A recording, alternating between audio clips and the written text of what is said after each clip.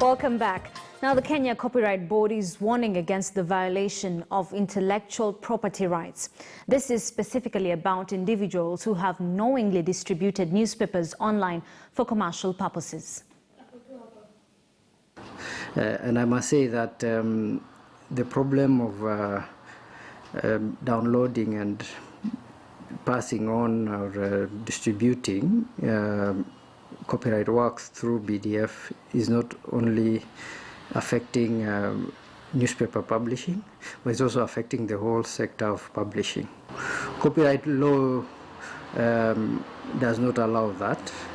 It's an offense, and it also attracts a civil liability against the people who perpetrate this against the economic rights of the copyright owners.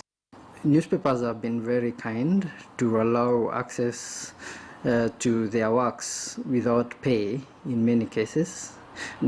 A number of them have recently established paywalls, and I think as Kenyans we must rally together and support newspapers and other publishers, even as there is an economic downturn as a result of COVID-19. So which means if I know if it's my book or my album has been pirated, it's being distributed somewhere, then I would proceed and ask Kekobo to come in and assist in seizing the property for the criminal side.